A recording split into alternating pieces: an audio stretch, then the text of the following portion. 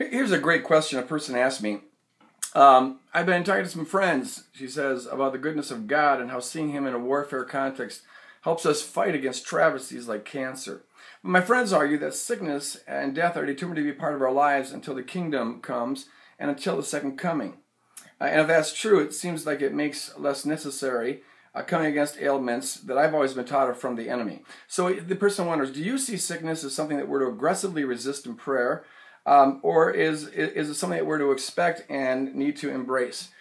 Look, first, it's true that until the kingdom comes in its fullness, until Jesus returns, until this entire creation is restored and delivered from the enemy, we're going to have sickness and death and disease and destruction and whatnot. That's part of the curse. At the same time, we're called to manifest now as much of the kingdom as we can. We do that in the character that we display, in the generosity we display, in the way that we love our enemies. But we also do it in coming against sickness and diseases. When the kingdom comes in fullness, there won't be any death, any sickness, disease, or anything of the sort. So our job is to come against those things now.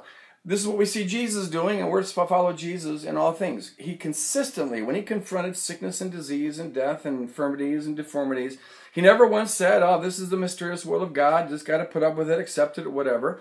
Nor did he say, well, this is just part of the sucky world you live in, got to put up with it. No, he came against that stuff, spoke against it, manifested the power of God against it, and set people free.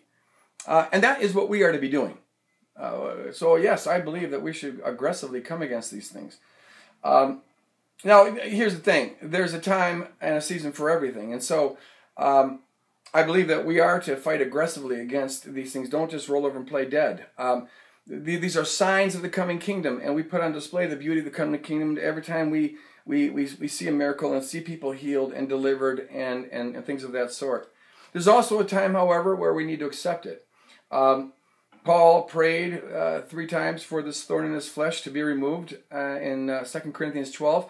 And the Lord said, no, my grace is sufficient for you. I can use you more in your weakness than in your strength. So sometimes, if we're listening to God, I think He'll tell us just to let it go. And that could be either for a purpose that He has, or it could just be because a healing is not possible in this particular instance. But for whatever reasons, there's a time to fight and there's a time to let go. There's a time to just say, this is how it's going to be, and we have to be at peace with it. But that shouldn't be our default setting. Our default setting should be keeping our eyes focused on Jesus, following His example, and therefore coming against everything that does not reflect the character of God, coming against it in our life and in our prayer, and doing it in an aggressive way and for the glory of God.